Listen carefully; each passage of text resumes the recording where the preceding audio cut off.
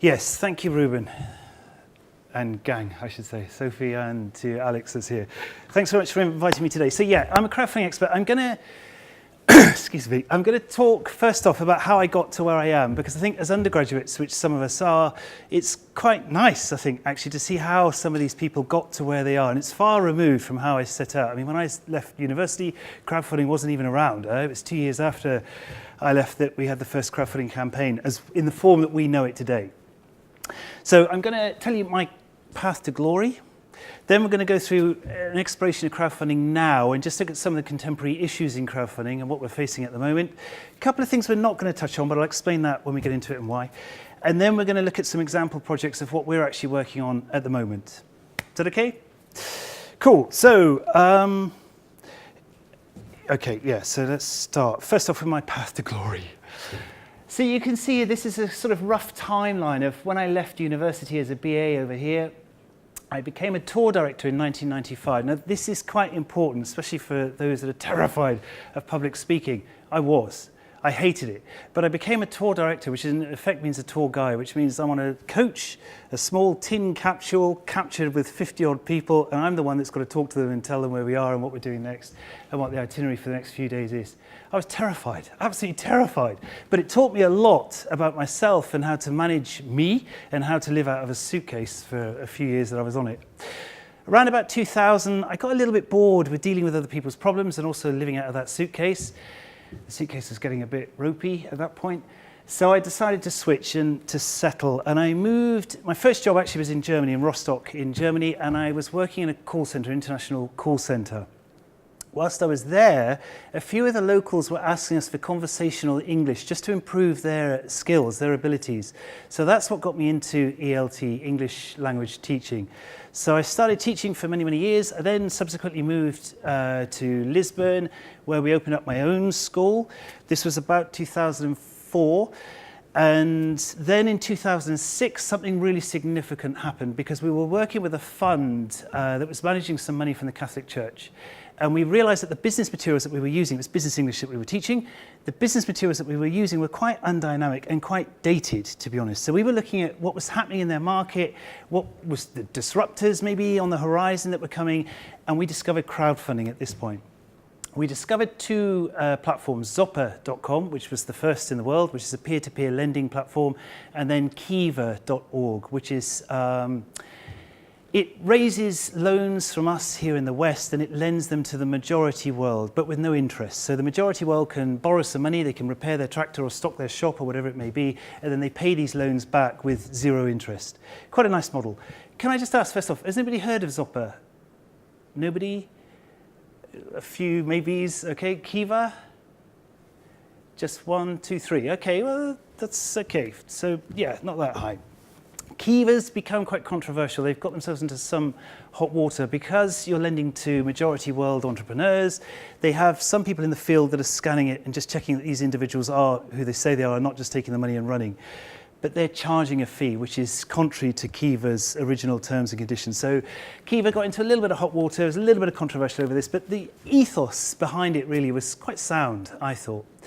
So back in Lisbon, we were looking, with our school, Advanced English, we were looking at possibly setting up our own platform at this point. So we were looking at how we could open up our own peer-to-peer platform, and with this money we had in the fund, maybe use that as part of the money that we were lending out and making money on.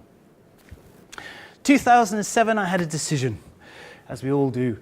Sell the school, come back to England, stay with the school, maybe expand into Spain or some other areas. We had a few ideas. We decided in the end, we made an offer from another school there in Lisbon, and we decided to sell out and move back to the UK. And with hindsight, probably the best thing I did, because of course we know in 2008, the whole market sort of came down. Portugal in particular was in quite bad trouble. So I did my MA at University of Winchester, sorry.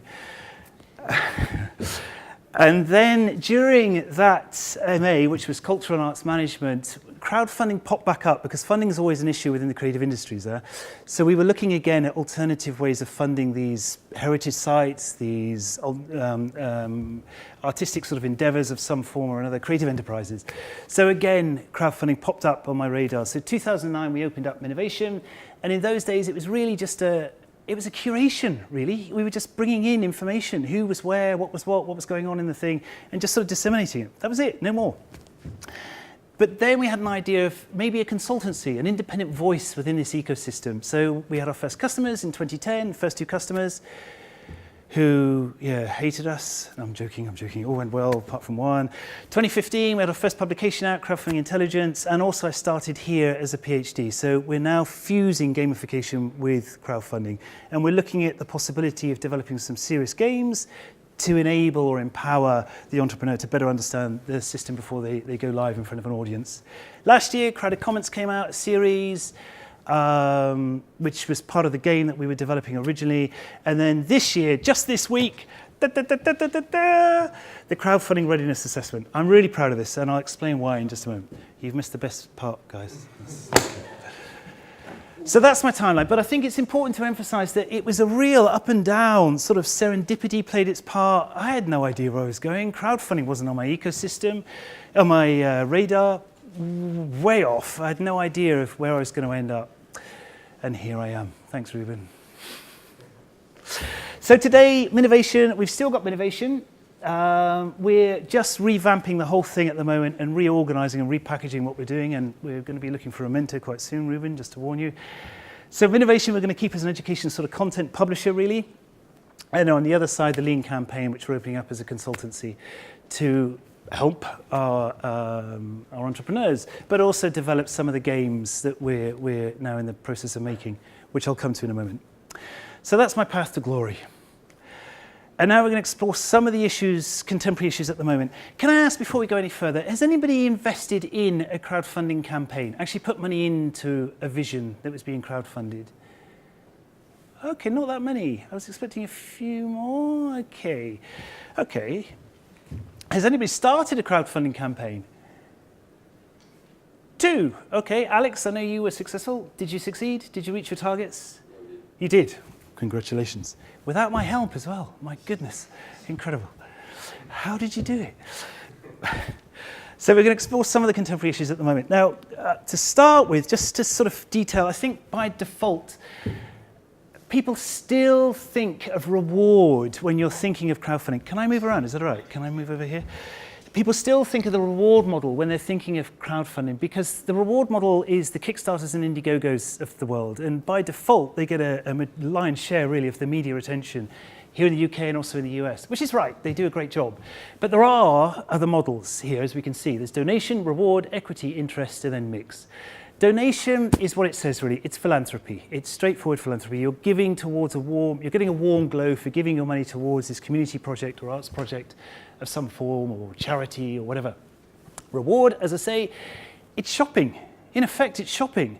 But Kickstarter and Indiegogo are pretty determined to keep themselves as research and development, because if they're shopping and retail, they get into a different tax category in the US, and they don't want to go there. So reward really is early stage projects, visions of some form that you're getting out there, and you're just asking for help from the crowd to enable that vision to be created. Equity, you're sharing the risks, but you're also sharing the good times if it comes good. Interest, you're raising debts from the crowd, and you're paying those debts back with various amounts of interest. And then finally, mixed. Mixed tends to be reward with equity. We've only had 2 campaigns that we've run where we've had a mix, where we've started at the reward and then moved into the equity field. That's it. But we have heard of others where you've had reward with interest. So that's it. Those are the 5 models. Simple, huh? And crowd consent, the thing in the middle, this is something I bang on about a lot, actually. Crowdfunding is actually really, really straightforward. You have a vision. You place that vision in front of your crowd, and you ask for their help to create that vision. That's it. It's nothing more complicated. And this is what I call crowd consent. You see? Genius. But if we start digging into it, now as a researcher, of course, this stuff is where it gets really, really murky, opaque, complicated, but also really fascinating, the different applications of it and the different models that we have underneath each of these sort of main headline models here. And there's a lot to come. I mean, this is the thing about crowdfunding at the moment. It's evolving and being changed and applying to different areas constantly. I mean, it's every month there's something new coming out, which is exciting for us. But there's also the dark side. So happy, clappy, lovely, crowdfunding's great. It helps us all get our funding. But there is this dark side to crowdfunding. And it's a side I think you need to really consider, especially when you're setting out in the reward model, particularly within the creative industries.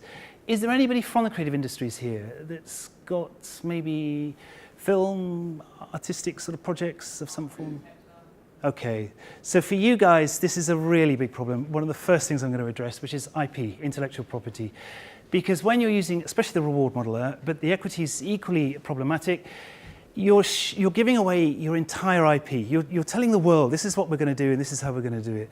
You may not be in a position to protect yourselves properly or even just be aware of how to protect yourselves in full.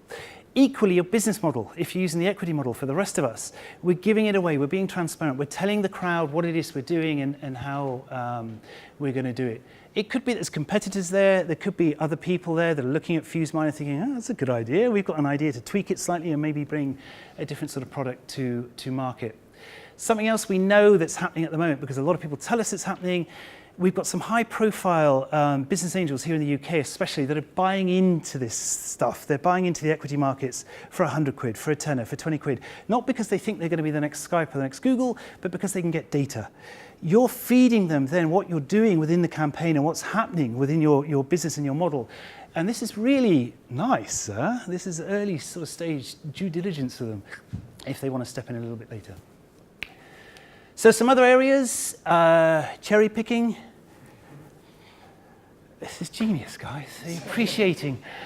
Cherry picking happened a few years ago where we realized that the banks, the traditional sort of financial institutions have now developed their own algorithms where they're looking at you as an individual and they're making assessments based on your social ratings, so on Facebook, Twitter, etc. But then they're also using your credit rating and matching these things up. If you're a good bet, they'll take this money from the financial institutions and lend it to you through Zopper, through RateSetter, through these traditional platforms. If you're a bad rating, as is probably my case, or Ruben maybe, then they leave you to the crowd. So it's shifting this ethos, it's shifting this dynamic of crowdfunding. Is it crowdfunding, you may argue? You know, and this is really debatable at the moment. This, I think, is something that we're going to see a lot more of quite soon. There's more and more platforms we know coming into the peer-to-peer consumer market, and I think this is going to be a growth area. But yeah, some people hate it, some people love it. I mean, it's a natural progression in my view of how it evolves. Right. The other thing is, it's still the Wild West out there. I know, I'm too funny. Policy's still evolving in terms of the platforms themselves and also in terms of government. So things are changing. It's not stable. We're not in a stable environment at the moment. And of course, this begs questions. For example, Mr. Black, if you were to buy some equity from you and then the government changes the policies, where does this leave you as an investor or me as somebody with the vision in the first place? There's all sorts of dynamics here that are at play, and there's a lot in the industry that are wishing for more stability, if you like, but terrified that it's going to go too far, that we have too much consumer protection and we leave, you know, the companies or the platforms high and dry. Personally, I think there will be a balance. We've got some great people in Westminster at the moment that are looking at crowdfunding, and they are quite balanced in their view, and I think they do listen. This is one of the key points to them, really. May and Corbyn aren't involved with that, I have to say. So for you guys as crowdfunders, there is an issue over the motivation you've got within the crowd. And this motivation can change dramatically as you're moving through being an early product, ex-ante, that nobody's seen before, through to something that's post-ante, actually out there on the market that's being tried and tested. Your investors, your producers, your consumers, these are really the mix that you need to concentrate on and focus on. And many people get this wrong. And this is, I wouldn't say the sole reason for failure in crowdfunding, but it's one of the biggest problems that we see, is that people haven't adequately considered who the crowd are and their motivation for investing in their vision, whatever that vision may be.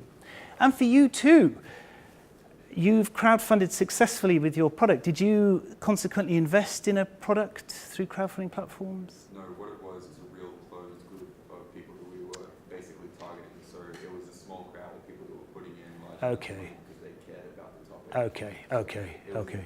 Slightly different, yeah, okay. But still crowdfunding, yeah. So, okay, so you could be a consumer of one of these products, but then maybe you become a producer. So you're producing your creative industries, whatever it may be that you're producing, and in turn you may become an investor within this. That's fine, but as you, as an entrepreneur, as you with a product, a vision that you're bringing to market, this dynamic could change, and that could change your relationship with these individuals or with this crowd. It's just something to consider, something to take into account as you're moving through this process. ultimately what we're talking about, and the motivation, it doesn't matter the model really, it's access and inclusion. That's what they want. The crowd aren't just investing money, they're emotionally investing in your product or in your vision.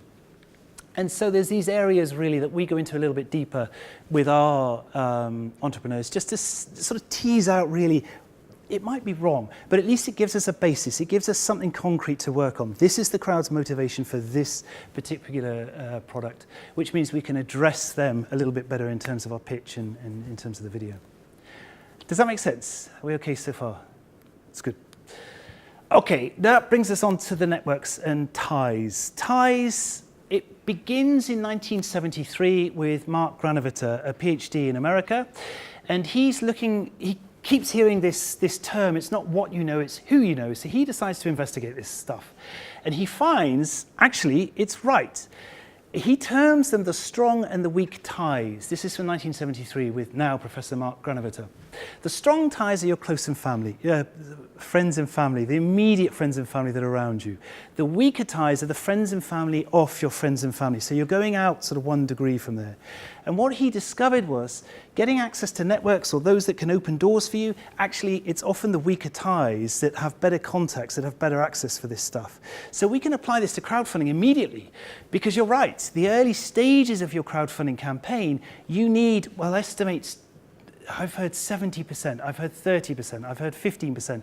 You need to get a certain percent lined up before you start your crowdfunding campaign. It doesn't matter which model, if it's reward, equity, or interest, you still need to get a little bit lined up before you open your campaign. The reason for this is it gives your campaign traction. You're showing the world, hey, look at this, you know, I've got something special, and this is worthy of you guys looking at, because we've already got this series of investors in quite early. But we also have now, today, with crowdfunding, this tertiary tie, this outer layer, where you'll never have any contact with these individuals other than maybe through the campaign itself. That they'll see the campaign, they like the campaign, they may make a rational decision. They'll look at the product, the team, and the campaign itself, and they'll make a decision based on that information. Or it could be irrational, where they're just seeing the Me Too. Everybody's moving towards this product, Exploding Kittens. Do you remember the card game? Anybody heard of this on Kickstarter? Or the potato salad on Kickstarter. There's all sorts of examples of this where there's the Me Too sort of attitude. Why is everybody funding this? You know, I'll give it $5, I'll give it £10, or whatever it may be. So you've got this tertiary tie. Then, sorry, just to finish that off, Mark Granovetter also identified absence. So it could be that these networks are absent. And if they are, of course, that means greater work because you've got to locate these networks and then infiltrate them to help your vision. We also have these satellites. Now, I've put 2 up, 1 positive, 1 negative. Satellites, it's really consumer tribalism. Satellites aren't, the satellite influencers, to give them the full name, they're not going to appear until you go live. And these can be really, really problematic. And to give you one example, we had a documentary in the US a couple of years ago on Indiegogo. It was an LA documentary maker called Foster Coda, and he loved the pit bull breed of dog, but he hated them being bred for fighting. Now, I didn't know, this is a multi-million-dollar industry here in the US. It's incredible. It's illegal, but it's incredible, the size of it. So he wanted to do a documentary to highlight the problems and you know, the nasty side of these dogs being bred for fighting. So he starts a campaign. He puts up lots of photos. I'm not a dog lover, but it was really, I mean, it's heartbreaking, some of this stuff. He puts up lots of these photos, lots of these images. There's a video there connecting him with the text that goes beneath it. We had one Christian, this is important, one Christian individual in the US who'd seen the campaign, hadn't read through it or watched the video properly, just saw the dogs covered in blood, and immediately started networking, talking to her network about this campaign that's supporting dog fighting. She'd completely got the wrong end of the stick. The reason her Christian aspect is quite important is that she had a very, very, very wide network that she could plug into in the US. And before we knew it, day 3, it had spread like wildfire right across the US. So we were trying to put these fires out instead of concentrating on the core of the campaign, which is what we should have been concentrating on. It was a nightmare. She did, I have to say, she was brilliant in that when she realized what she'd done or her mistake, she did publicly sort of say, look, you know, I've got this wrong, and you know, actually, maybe we should think about supporting this. But of course, by then it was too late. The damage was already done, and we didn't get funding on that particular campaign. All because of one individual. So it can be quite negative, but of course you've got the positive side as well, where you could have tribes that you don't really think of, that may be associated with your vision, suddenly catch on to your vision and it starts to go, not viral, but it starts to get out there a little bit wider than you expected. So those are the networks. There's another couple of problems that I want to highlight. How long have we got? Sorry, Ruben, are we? Yeah, we've got about 20. Oh, okay, we're fine. Oh, that's nice for you. Bore you even more for 20 minutes. There's two areas here, vision and your business plan. So in terms of the vision really does become problematic for a lot of individuals that are, especially in the games world, I would say, that we've done a lot of work with, in that you're self-promoting. Now that's fine to a degree. You are self-promoting. You're promoting you as the leader or the head of this vision that you're trying to create, whatever it may be. But that can go too far. And if it goes too far, then you're abandoning that team and it becomes very centered on you as an individual. To a degree, we had this with the documentary in the US, in that Foster was the lead, and it became very focused at that point with him trying to convince the lady that she was wrong. It became very focused on that argument between him and her, and really it took away from this concept of a team and everything else behind the vision that was being created. So that's self-promotion. On the other side, we've got supplication. Supplication simply means asking for help. That's all it is. Remember, with the crowd, this is something else that I think people often forget. You can ask the crowd for help. Besides the money, there might be skills or some other form of value that the crowd might be able to add besides putting monetary sort of input into your vision. So you can ask them for this help. There's no harm in this at all, in just stating what you need and asking them for this help if they can. However, it needs to be balanced because, again, if it goes too far, you're showing a weakness that maybe the campaign isn't as strong as they'd originally thought. That then feeds into the business plan, or as I like to call it, the BP fiction.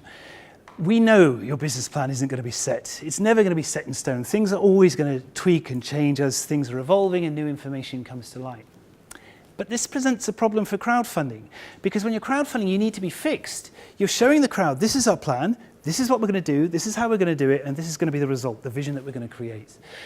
But the reality is you need to be a little bit flexible. Now, if you're not going to be flexible, if you're rigid in what you're going to do, it's probably going to fail. You're not going to succeed. So again, it's finding that equilibrium. It's finding that balance between a fixed sort of entity, your business plan of what you're going to do, and allowing for that little bit of flexibility within it and information that comes in. I have to say as well, the biggest source for some of this flexibility is actually from the crowd themselves. The questions and the responses you'll get from the crowd, some of the most important things that you can have, some of the most valuable input you can have on your vision or your idea, really. And it doesn't matter, I've put the whole family here, the crowdfunding family, because it doesn't matter the model you're using. This is applicable across the field, across the board. So, some example projects. I was going to give you a couple of these. We've got plenty of time, so about 20 minutes. Okay. If this works.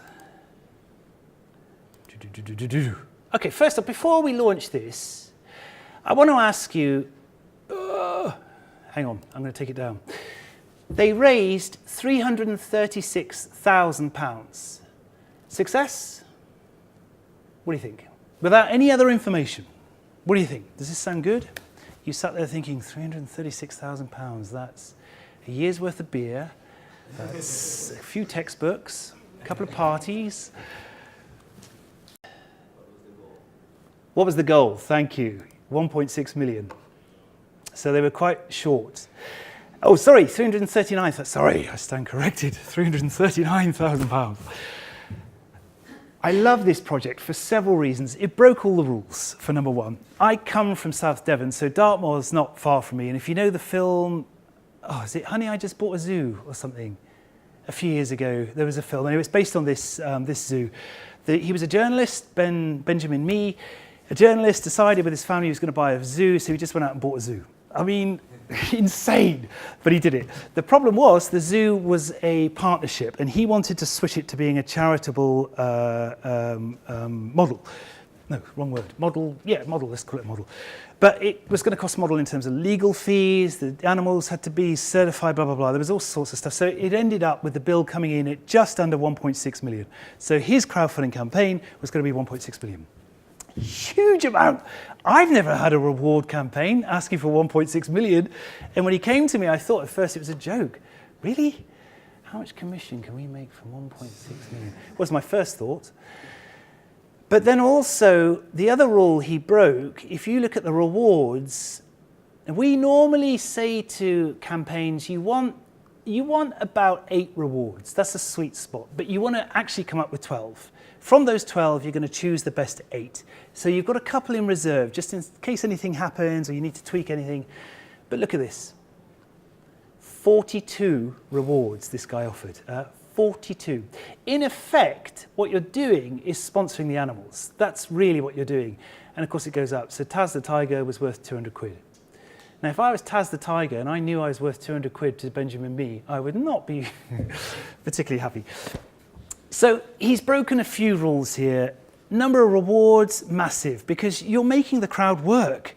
You're not offering them some nice shiny little product or a t-shirt. You're saying to them, look, you've got to sift through all this stuff to get to the reward that you want to sponsor. Huge, 42 rewards.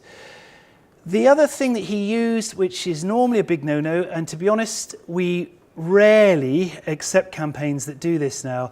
It was on Crowdfunder, I think, yes, Crowdfunder. And with Crowdfunder and Indiegogo, you've got flexible funding where you can accept any money that's given to you. So if you're asking for £100,000, you get £5, you get the £5. Whereas normally you would only get the money once you reach 100,000 or above. So he got the £339,930. Nice, minus the fees, obviously, for me. I'm joking, for the platform. The other big no-no he did, you can see here, he's got 186 comments, but look at the updates, there's only 6. This is really poor equation, huh? He's missed out 186 minus 6. 180. He's missed out on 180 points of contact here that he's possibly got with the crowd. Huh? This is massive. I think, had he kept up to speed with this and actually kept going, now as a journalist he should have known better, huh? I think he would have been nearer sort of 6, maybe 700,000 with this. Because that communication is key. It's the lifeblood of any campaign, is the update process. And that's what last year's series, Crowded Comments, was about. Supported 740, I mean, that's quite a healthy amount, actually.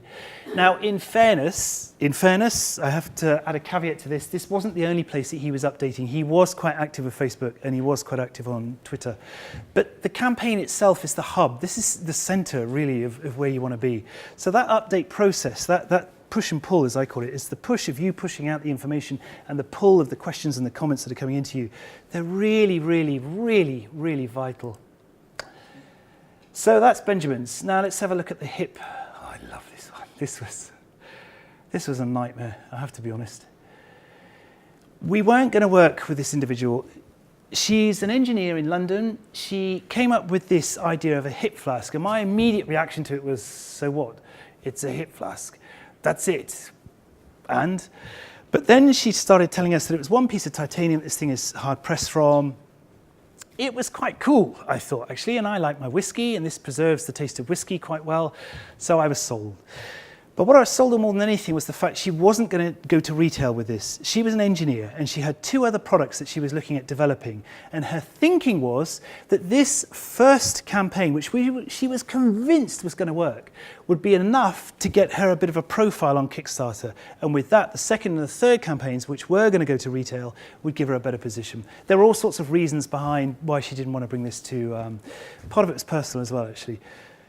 So she didn't want to go to retail. That immediately, we thought, well, this is interesting. She's got a different model here, a different take on how she's going to do it. There was a central hub in the US, manufactured in China, brought across to the US, and then distributed only originally to the US, distributed across the US to people that wanted to buy it.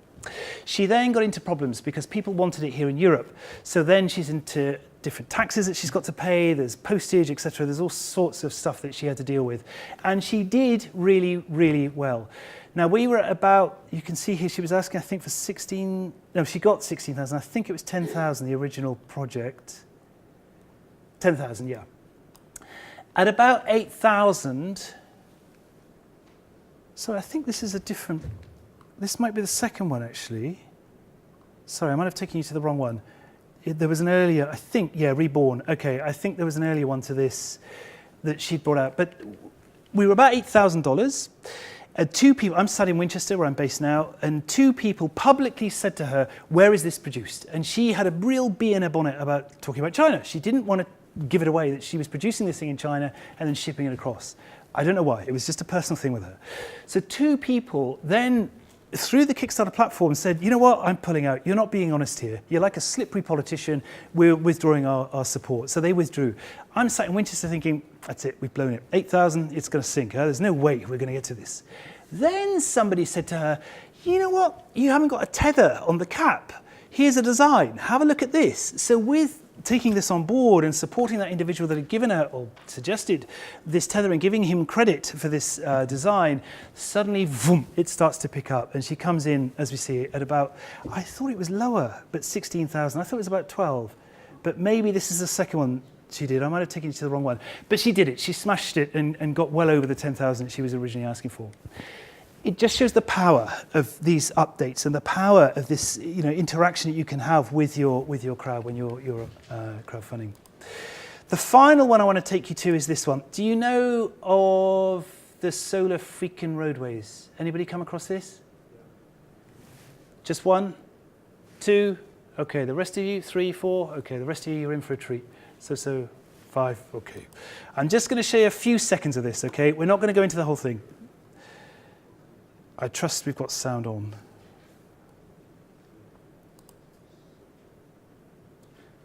No, okay, hang on.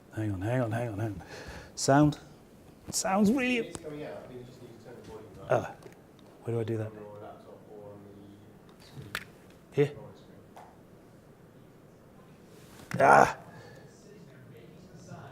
Okay. Solar freaking roadways. What are they? They're solar freaking roadways. What do they want from me? Well, they're solar freaking roadways. Okay, so actually this time, what is it? It's technology that replaces all roadways, parking lots, sidewalks, driveways, tarmacs, bike paths, and outdoor recreation services with solar panels. And not just lifeless, boring solar panels. Smart, microprocessing, interlocking, hexagonal solar units. No more useless asphalt and concrete just sitting there baking in the sun, needing to be repaved and filling with potholes that ruin your axle alignment on your sweet ride, bro. These are intelligent solar panels. Replace a panel at a time if damaged or malfunctions. They're covered with a new tempered glass material that has been designed and tested to meet all impact, load, and traction requirements. Oh, and did I mention that they're also solar panels? They generate electricity. They generate capital. They pay for themselves. They keep paying more because we're not going to run out of sun for like 15 billion years. That lowers the cost of energy. Unlike those bills in the mail that keep going up. And it's clean energy. Everyone can theoretically drive an electric car with no pollution and a minimal carbon footprint. Can you imagine how good our cities would smell? How much healthier we all be? Excuse me, young man. Am I being led to believe that this thing is some sort of thing? Yes, it's a thing. It's a thing. We get it. Okay. I'm going to stop there. This goes on for 7 minutes. You can see here. Amazing, huh? It just goes on and on. But it takes you on this real journey, this emotional kind of journey of why we need these solar frigging roadways. And also, it's not Scott Brousseau, I always mispronounce this. Scott, who originally had the idea, him and his wife, it's not them behind the campaign, it's this guy. So it's kind of interesting dynamic of how this has worked. What do you think? Would you invest? Do you like it? Just give me a show of hands. Who would put money into this? 1, 2... a few, yeah, okay. Okay, I'm sorry to break your hearts now, people. I'm going to take you somewhere else. This is YouTube, I'm going to bring you to, and this is just a search for solar freaking roadways, okay? Solar freaking roadways, so that's the video that we've just saw. 22,161,000. This is massive viewing, huh? This is huge. Solar freaking roadways, are they real? 1 million. Oh God, the figures are just amazing. First amazing solar roadway unveiled, 381,000.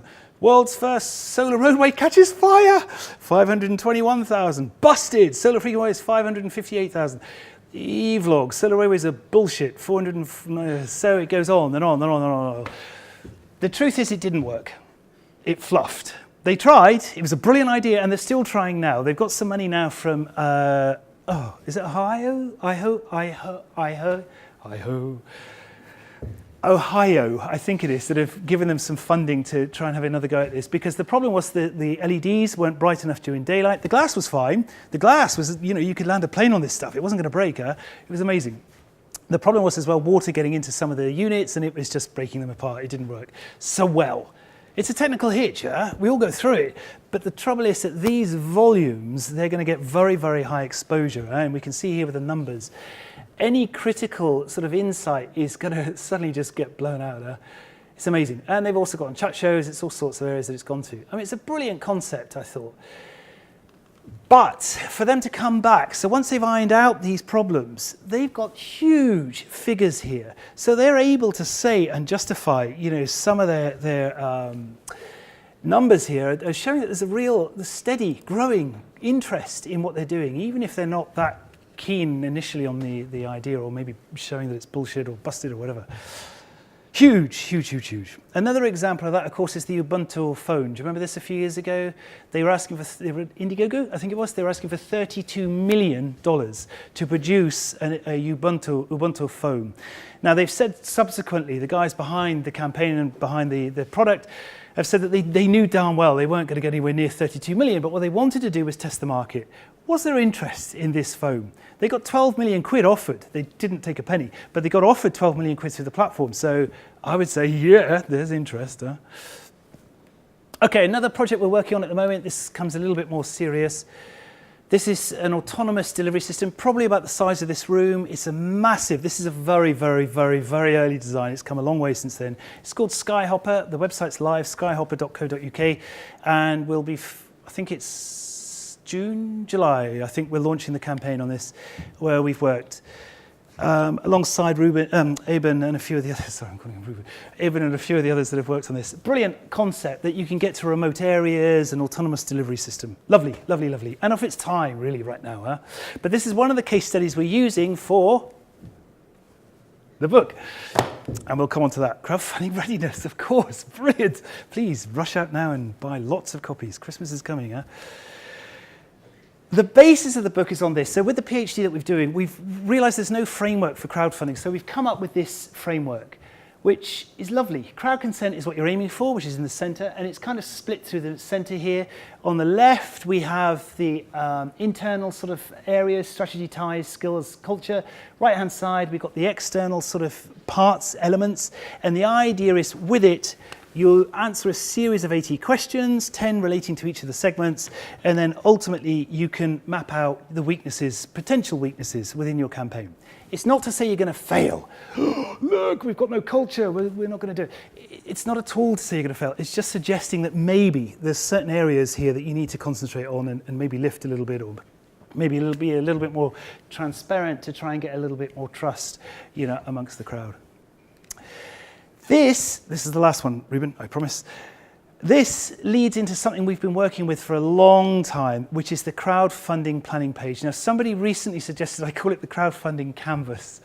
I really don't want to call it the crowdfunding canvas, but I know it's long-winded. The crowdfunding planning page, CPP, we call it. This was very early. When we were working with some of our very, very first clients, the principles behind this sort of emerged. And this is Creative Commons, so we've licensed this Creative Commons for anybody to download and use. The idea being that you work through these four areas first, the pre-campaign live pitch and then the promises, and then you move into the most important, although the smallest box on here, which is the post-campaign, because by that point, you've done your crowdfunding campaign, you're now live. You're leveraging that community you've got around you to get out there and use them as best you can. But it's just thinking through these things. What do you need to plan out? It's classic project management, really. What do you need to plan out before you go live? What needs to be done and by whom when you go live? And of course, the pitch, text and video and what you're going to say and how it all sort of connects together here at the bottom. That's it, I think. If anybody, just one plug, last plug, if anybody wants a free copy of this, I can give you a proof PDF if you're interested, but I will ask for a review. Good or slightly bad, maybe, or slightly not so good, on Amazon if possible. But if you're interested, just give me a shout. It's chris@minovation.co, and we'll send you a PDF. Is that okay? Are we good? Thank you.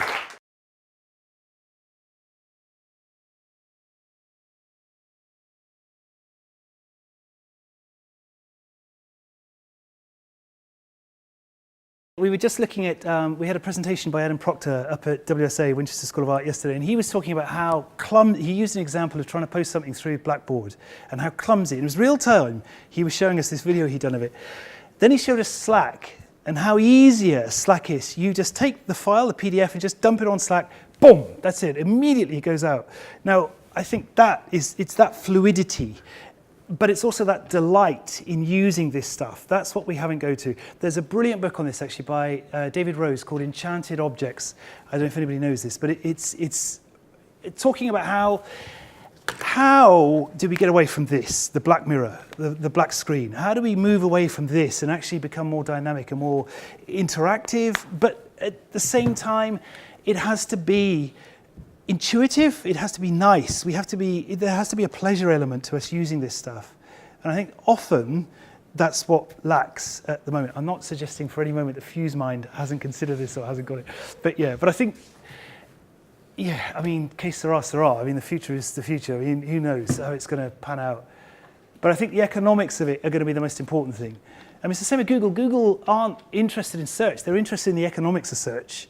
That's where I think people get it wrong a lot of the time. And it's that you know, is unless of course our ways of measuring stuff changes, you know, CSR starts to become, or shared social responsibility becomes more of a thing that we're measuring as well as the accounts, as well as the bottom line, maybe, I don't know.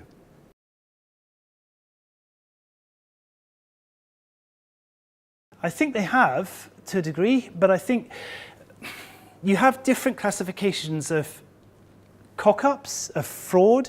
You've got a spectrum here of things that go wrong. And it could be that people have they've miscalculated the time to deliver, the quality to deliver, or the money it's going to take. The factory in China burns down. There's a whole range of different areas, right the way through to the other end, where you've got people blatantly trying to rip other people off. And this campaign was never going to be real. I mean, I'm thinking of Monsters, the two-headed monster in US years ago on Kickstarter. It was a very early one. It was a game. The mistake that the people behind it made was that they posted pictures of their office.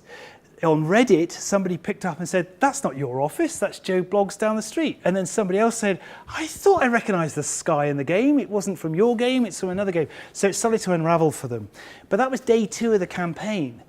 I still believe, and maybe this is a little bit naive of me, but I still think the crowd are the best police for this stuff, especially when it comes to Kickstarter. The crowd are very, very quick at picking up and identifying flaws or weaknesses within the campaign. And I think it doesn't always pan out. I mean, look at Rebus a few years ago. Rebus, last year, year before, they were a tax consultancy organization. They offered equity through seeders. They raised a lot of money. I think it was £400,000 or something they raised. 12 months later, they've gone bust. The problem is with that, Rebus is a very, very, very complicated business model. You've only got 10 days. You have a 10-day cooling off period. Once you've invested your money, once the campaign closes, you have a 10-day cooling off period of whether or not to decide to invest or not. It's your opportunity to do due diligence. Actually, it's a really complicated model. I didn't understand it. Luckily, I didn't invest. But I think that was the problem for a lot of the investors. They didn't really understand what they were getting into. And I think that's a bigger problem in terms of motivation. But then you've got the questions and the responses that are coming in from the crowd. So that push and that pull are really important. And they add a really, not a safety net, but I think they add something off a safety net to the fraudulent attempts that are there. We're always going to have them. You know, I've had people that have come to me with ideas, you know, for crowdfunding that you're looking at thinking, really? You know damn well, you know, they've got nothing to do with the gaming industry or with the whatever they're trying to do, you know, and yet they've got this kind of concept that the crowd will just come. But I think that's changing. The idea that you can just throw a campaign out there and the crowd will come, people are realizing that's a falsity. That's wrong. It doesn't happen that way. It takes a lot of planning. But I think it does impact. It does impact. Of course it does. It has this ripple effect, but maybe for the older generation rather than the younger generation. Yeah, I think it's my view. Any more questions, Chris? Well, let's thank Chris for... Thank you, guys. And remember,